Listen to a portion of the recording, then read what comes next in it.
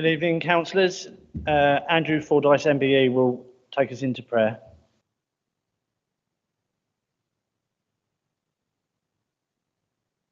First thing I'd like to say is thank you. Thank you for your service.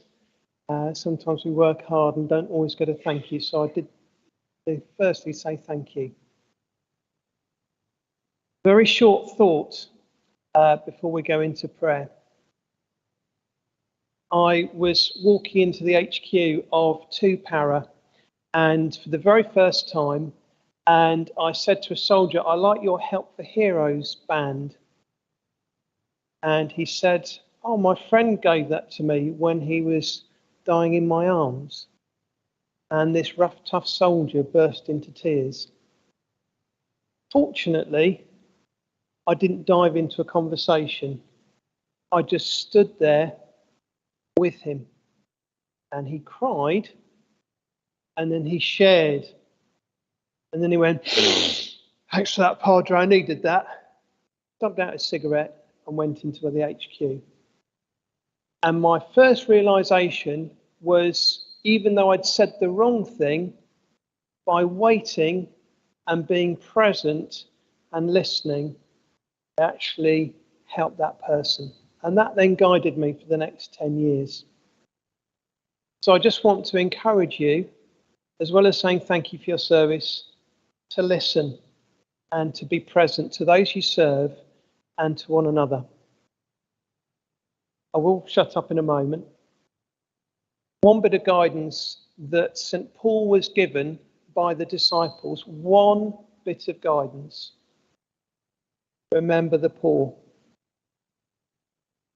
And I just leave that, if that was good enough for the disciples to give St. Paul, I'll just leave that with you. And I'd like to close with a prayer. You might recognise the final line. Lord, bless the thoughts and deliberations of this fine council. We give thanks for their service and commitment to the great good. May they know wisdom and good counsel and bring about that which is fair and wise. Lord, in all their efforts, bless their working together. And we remember those in our community who we help because they cannot help themselves. We ask this in the name of Jesus Christ, the Good Shepherd of the sheep, for the good of all. Amen.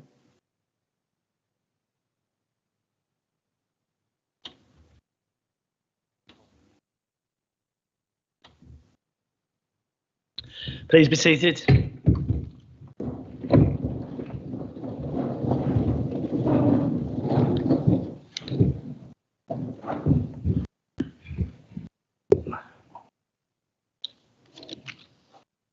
Thank you, councillors. Item number 1, apologies for absence. Thank you, Chairman. I have apologies for absence from Councillor Platt, Councillor Harris, Councillor Codling and Councillor Leonard. Thank you. Thank you. Item 2, minutes of the last meeting of the council, pages 1 to 18. Councillor Stevenson. Thank you, Chairman. I'm happy to move them. Seconder. Seconder, Chairman. All agreed? Agreed, thank you. Item number 3, declarations of interests. Penny? No. Item 4, Chairman's announcements. First of all, my charity for the year has changed. It will now be Alresford Primary School Swimming Pool Fund. My other charity will stay the same, CVST. Pride of Tendering Awards 2024. Nominations are open for the Pride of Tendering Awards taking place on February the 16th. A link and further details have been emailed to you all to submit your nominations by close of play Monday, 30th of October. I urge all to submit nominations to be able to recognise the efforts of residents of Tendring. Please contact the leadership team for assistance in submitting your nomination or if you have any questions. Remembrance Sunday, the council is also working together to organise the Remembrance Sunday service taking place on Sunday, the 12th of November, where the parade will begin outside the Town Hall at 10:30 and lead to the Clacton War Memorial Marine Parade East. I've been to several events this year over the summer, including Clacton Air Show was excellent, and many thanks to officers who helped to put this annual event on, especially the 30th anniversary. So many congratulations to officers and staff that made this event a truly remarkable day, and it was a really nice day, 2 days. I spoke with visitors along the prom and sold programs for an hour or so. So it was a really great day, and I hope people will continue to enjoy the air show the following years. Macmillan Coffee Morning will take place on Friday, 29th September, 10 a.m. until 1 p.m. This is held in the committee room, so councillors are more than welcome to come along and buy a coffee. Even Councillor Steady might buy me a coffee and a cake at the Macmillan Coffee Morning. I've been to several events across the district, from opening shops, such as celebrating 25 years of Spirals in Brightlingsea. I've attended memorial services for our armed forces and raising flags at the Town Hall and other services at the War Memorial. I attended Clacton Pride, Fates and Community Garden events, Clacton Carnival, Clacton Orchestra Gala in Frinton-on-Sea. I've also attended and spoke to the CVST AGM and Colchester Food Bank.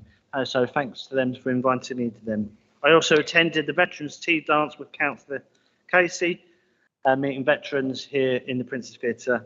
I also was invited to attend the Colchester City Council's Mayor Civic Service in West Mersey, and I attended the Hindu Festival at the weekend with food and drink.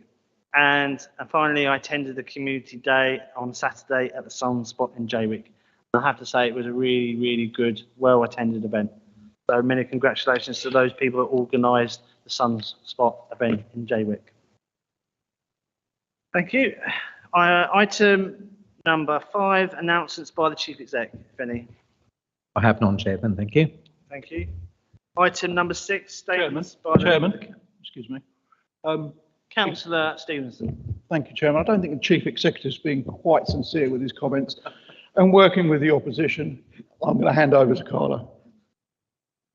Councillor Guglielmi. Thank you, Mr. Chairman, and thank you, Councillor Stevenson, for allowing me to take the Chief Executive. He's not often wrong, is he? He doesn't often forget things. But he omitted this evening to announce one of the most exciting and most beautiful events that has happened in his life. On the 12th of September, a little girl was born. Her name is Aria, and that is Ian's first granddaughter. I'm sure you'll agree with me, members, to give Ian the most resounding round of applause ever, and well done. Congratulations to you all and to your daughter and your lovely granddaughter. Well done.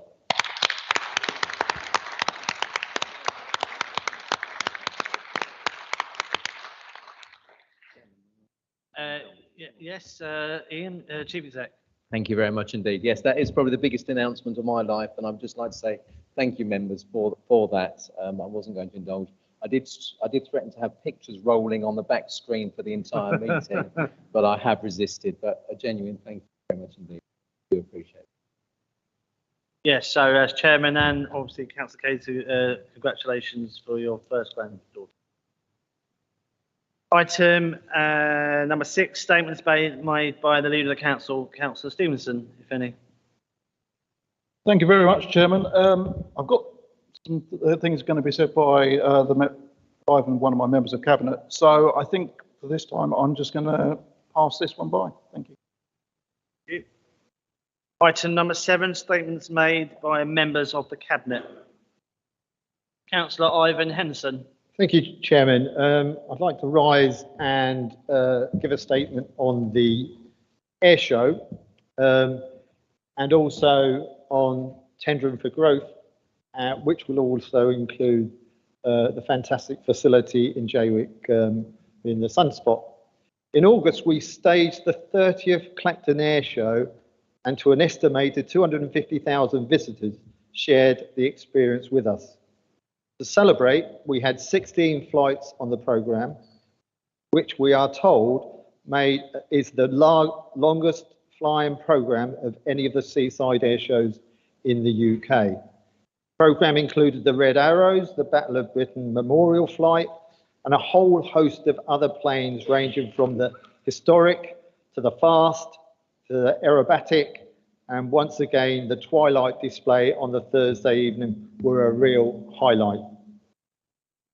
A 2022 study estimated that Clacton Air Show brought up to £12 million into the local economy, and we should recognise what an enormous undertaking it is for our council to sustain such an event for over 30 years, where many others have been cancelled.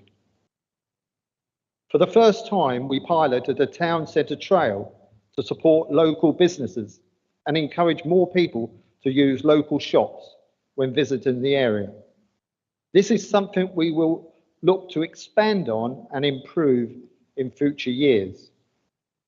Due to the large multi-agency operation over the 2 days, I'm pleased to say that the event ran incredibly smoothly, which is testament to all the hard work and planning involved. I would like to add my thanks to everyone from TDC and all our partners for their dedicated efforts in planning and staging this event, which is no mean feat. It's a small team who spend the year organising the air show, and a special mention to our tourism events team, Sarah Daniels and Joe Needham, who have done such a great job again this year. And I should also mention our team of TDC staff from all departments who volunteered to steward at the event over the 2 days. And anyone who was at that event saw the hard work, the dedicated work that those staff did over those 2 days.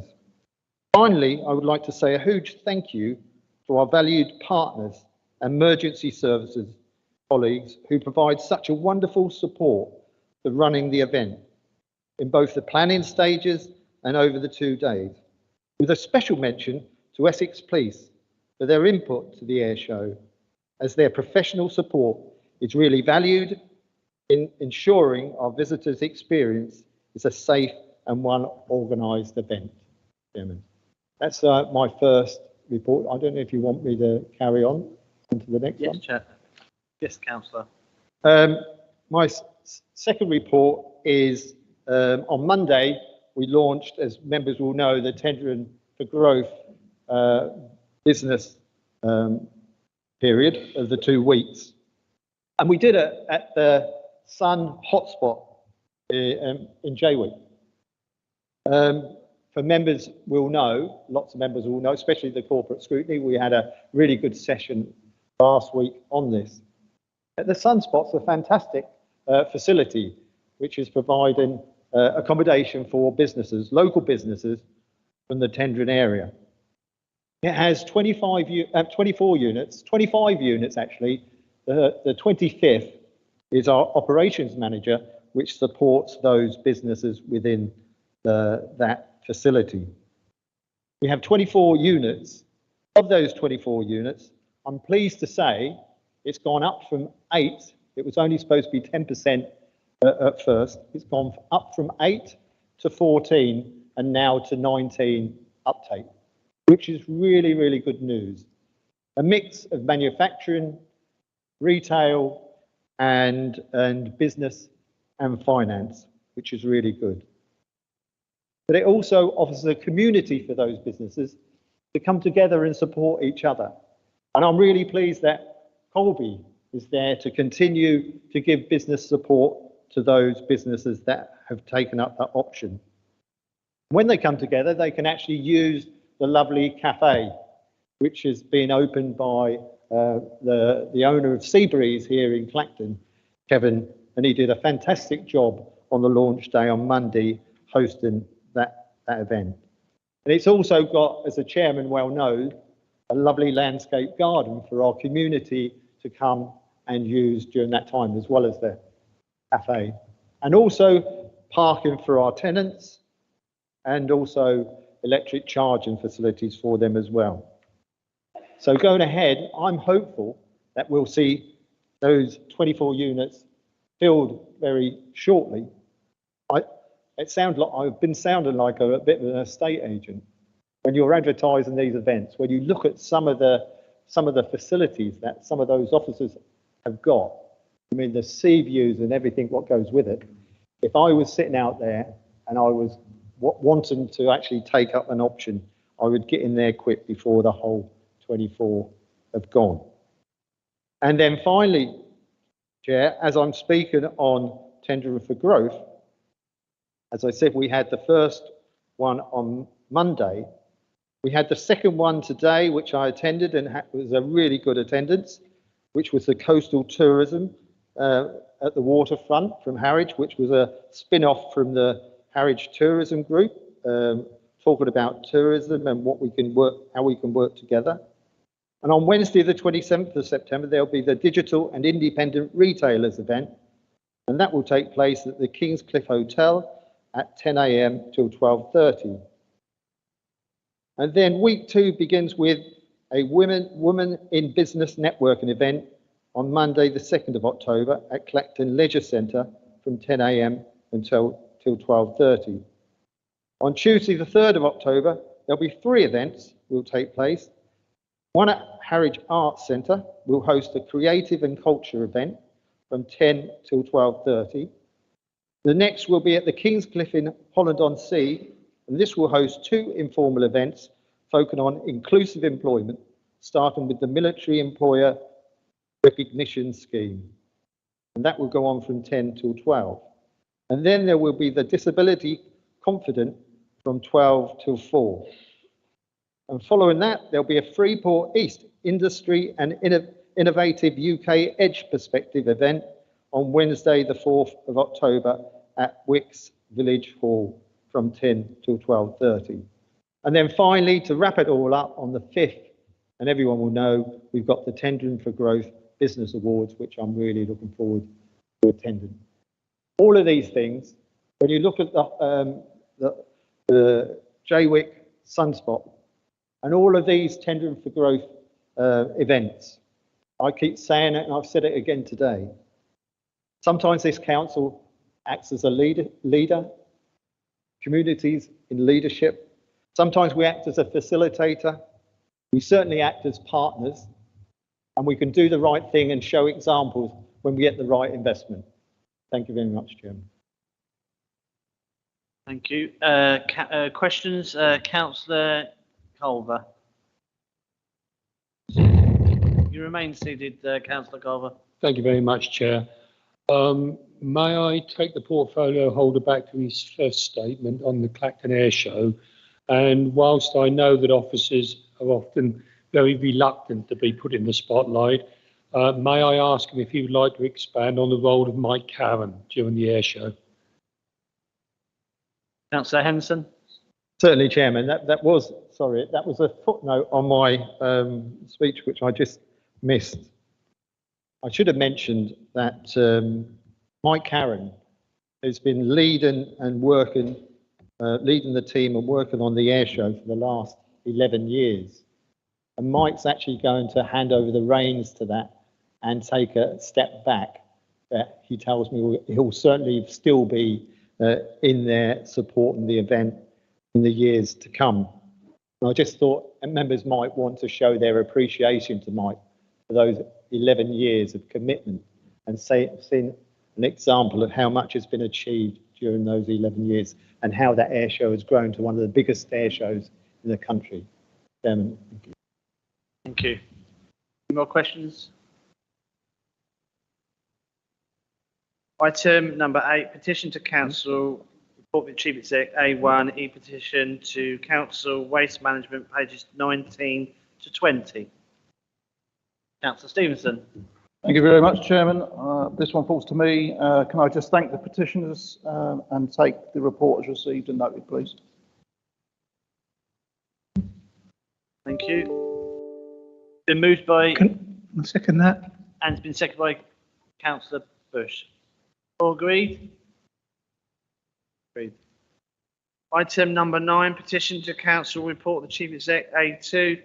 E-petition to council Brighton C. Stench, pages 21 to 24. Councillor Stevenson. Thank you, Chairman. Same again. Can I thank the petitioners for their petition and take that this report will be received and noted. Thank you. Seconder. Councillor. Can I second that? Thank you. All agreed? Agreed. Thank you. Item 10, questions pursuant to council procedure rule 10.1. Any? No such questions have been submitted this time. Item 11, report of the leader of the council, urgent cabinet or portfolio holders' decisions, pages 25 to 28. Councillor Stevenson. Sorry. Councillor Sue Honeywood. Could I ask a couple of questions about the PSPO, please? The need for this decision was known about months in advance, and yet the inadequate consultation and need for an urgent decision shows has clearly been rushed at the last minute. Why wasn't the consultation done properly and in good time? Second question. Many residents and councillors have been expecting the PSPO to cover areas in St Paul's and St James Ward, but nothing has materialised. Have these proposals been kicked into the long grass, or can we expect them to come forwards in the near future, and if so, when?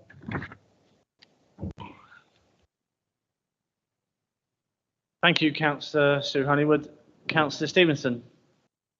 Thank you, Chairman. Would you like me to first move them so that I could then answer the questions? So you're moving it, Councillor? Yeah, I'm going to move as per a recommendation on page 25. Seconder, please. We don't need a seconder, my Chairman. All rightio. Councillor Stevenson. Thank you. So I'm sorry I didn't quite catch the questions around the PCSPO. I'm guessing you were discussing the lack of consultation in your opinion and the hope that there was going to be great areas of the PSPO. So as the report states on page 27, there was a risk of the whole PSPO not being achieved, and the police used that to support our street drinking initiatives and our ASB risk associations. So we felt that the need was to push that forward. However, the other PSPOs haven't been pushed to one side. It's just this one that's been put together for now.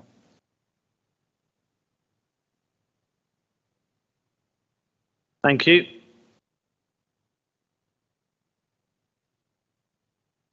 It's been moved by Councillor Stevenson and seconded by... Okay. All in favour? Agreed, thank you.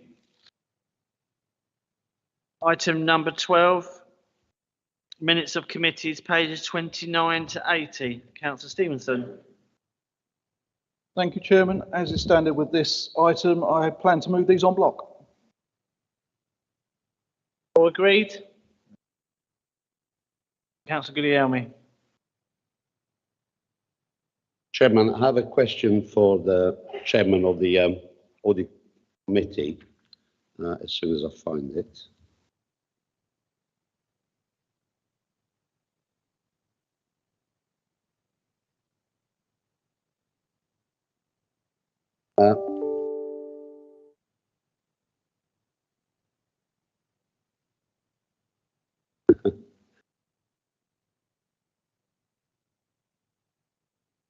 Can I ask Councillor Fairley? She's got a question. Yeah, so I was going to say, Councillor Guglielmi, while you're looking for your question, I'll go straight to Councillor Fairley. Councillor Fairley.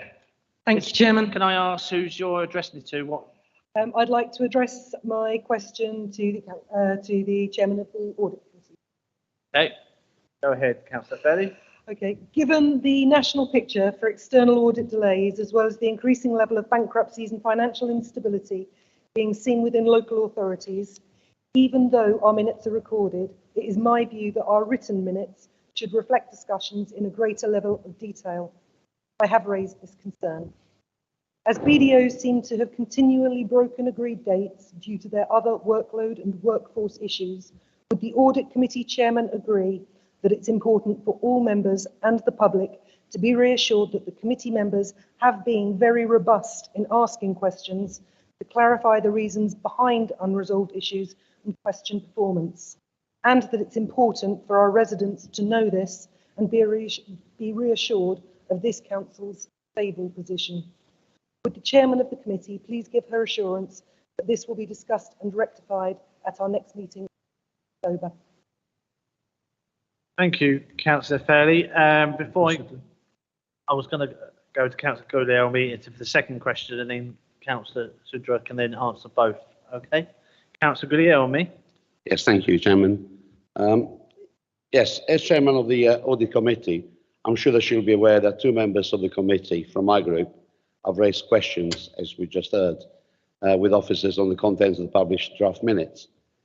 Their queries relate to the verbal report given by the external auditors and reporting within the minutes for answer to the question raised. Both felt there could be improvements on the level of the details reported.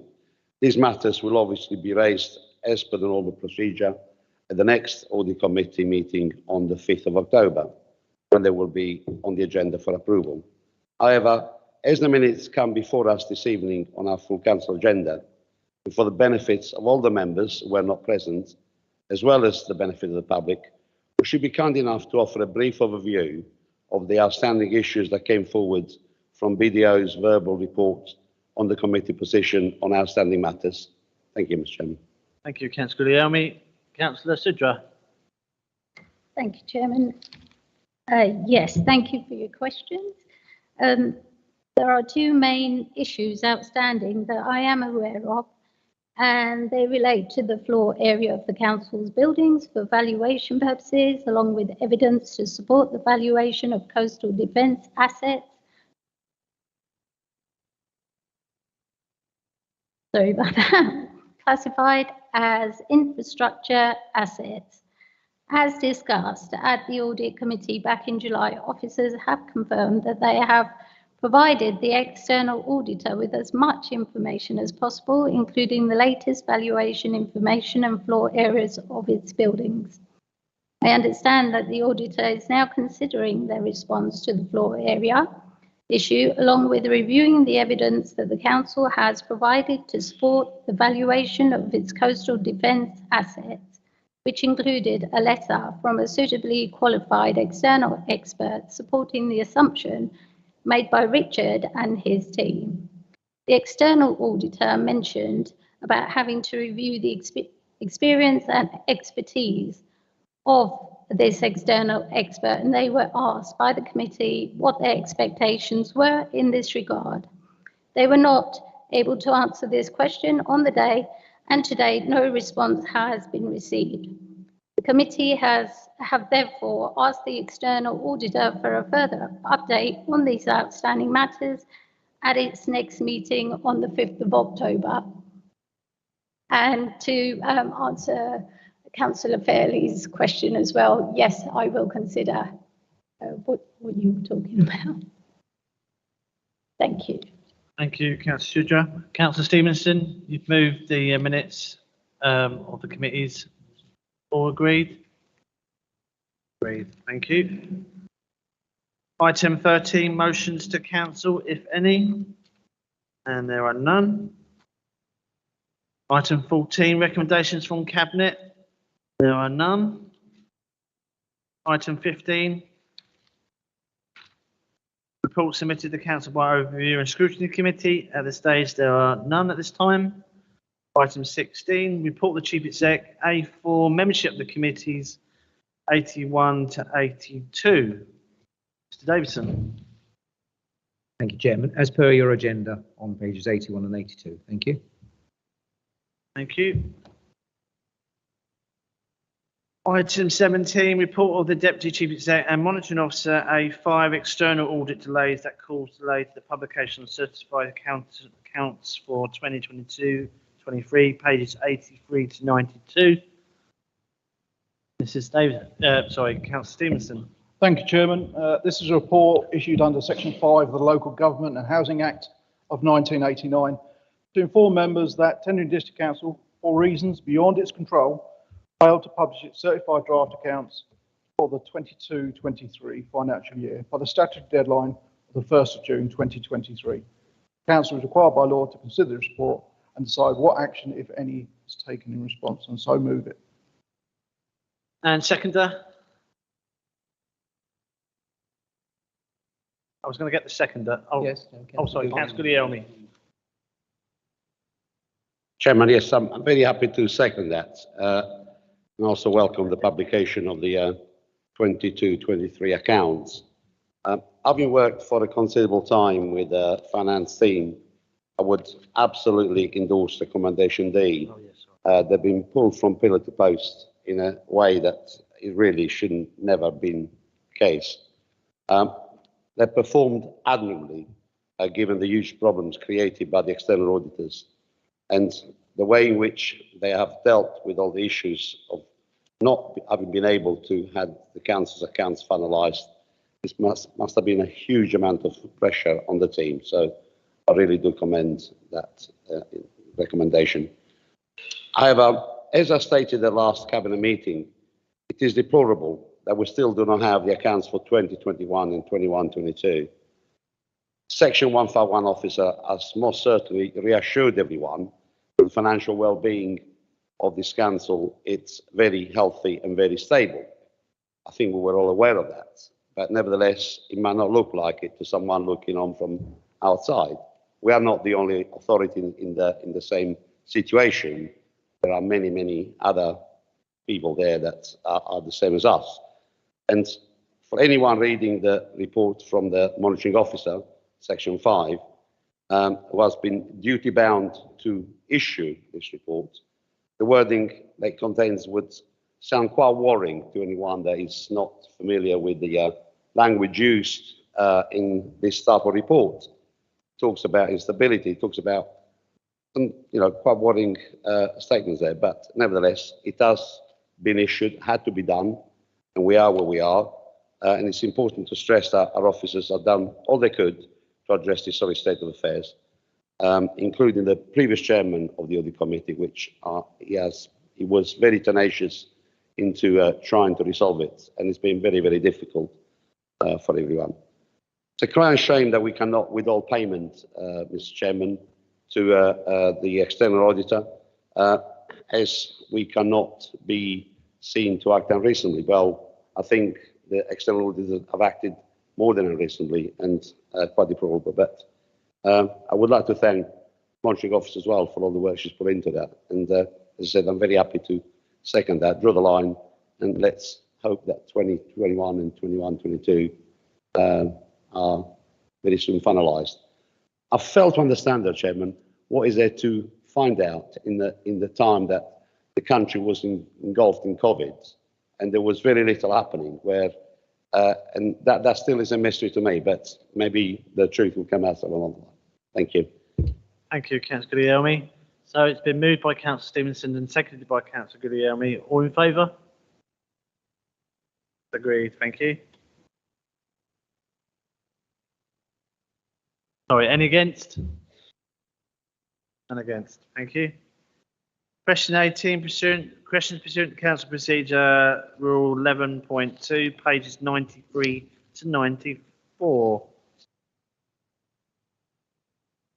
Councillor Anne Oxley. Thank you, Mr. Chairman. I have recently been made aware that there is a significant and worrying position with large audit businesses not completing the external audits of council accounts going back several years. As I understand it, only 27% of local government 2020-21 external audits have been completed. My question is, can the chairman of the audit committee confirm what the position is for this council and what is being done to resolve the mess these audit businesses have created? Thank you. Thank you, Councillor Oxley. Councillor Sudra. Thank you, Chairman. The Monitoring Officer's Section 5 report that Council has just considered in the agenda set out a number of useful points around the background to the external audit delays and what the government are proposing to do about it. Level of frustration at the position local authorities have found themselves in due to issues outstanding of their control cannot be overstated. In terms of our own position, not only have our external auditors been unable to sign off the accounts for 2021, 21, 22 year, we have not received their very important and independent view on the council's use of resources and how we deliver value for money. This opinion is more important than ever, given the financial environment we are faced with. Although the government's response was clearly welcome, the backstop statutory deadlines that they have proposed do not necessarily incentivise external auditors to get on with the job in hand and bring a more timely close to the delays we are experiencing. I know some of you have made the government aware of your own views on this. Although the intention of avoiding qualified opinions being issued is acknowledged, I feel it would have been better to bring forward the backstop dates, especially as we do not necessarily have the confidence that our current external auditors will adequately resolve their capacity issues anytime soon. I believe it would have been much more beneficial for our external auditor to start work on the 22-23 accounts sooner rather than later, which I don't think that the current backstop dates necessarily incentivise. We could find ourselves in the situation where our external auditor undertake work on earlier years, but still find themselves having to issue a qualified opinion as they may not have completed enough work by the backstop deadline to give the necessary assurances. This would be the worst of both worlds, and we would still have to pay them for what effectively be aborted work that they undertook. I did hear that someone asked the government what is special about these new statutory backstop deadlines, given the external auditor was already working to statutory deadlines that they missed. A very good point.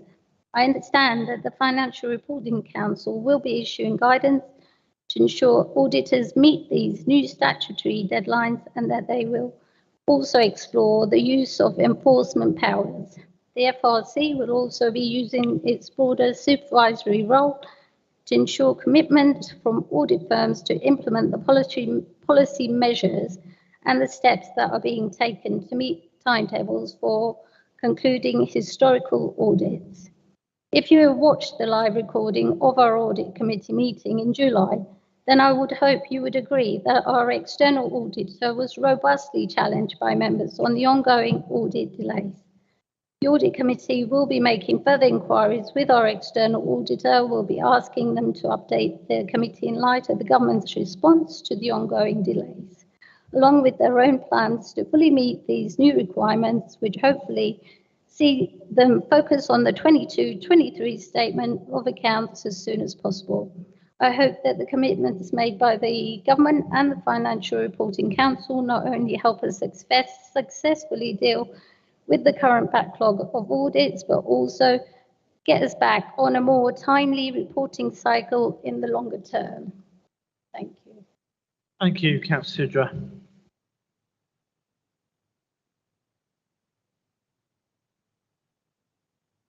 Any more, Councillor Oxley, any more point of clarification? No, thank you, Mr. Chairman. Thank you.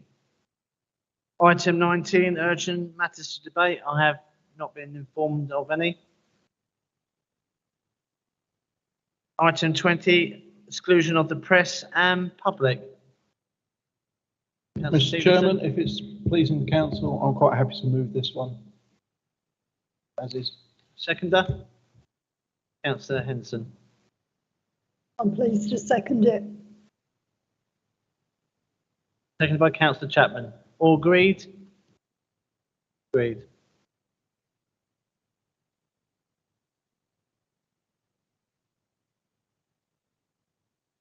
Right, to close the meeting, the next meeting will be held on Tuesday, the 28th of November, 2023 at 7:30, Princess Theatre, Town Hall, Clacton-on-Sea.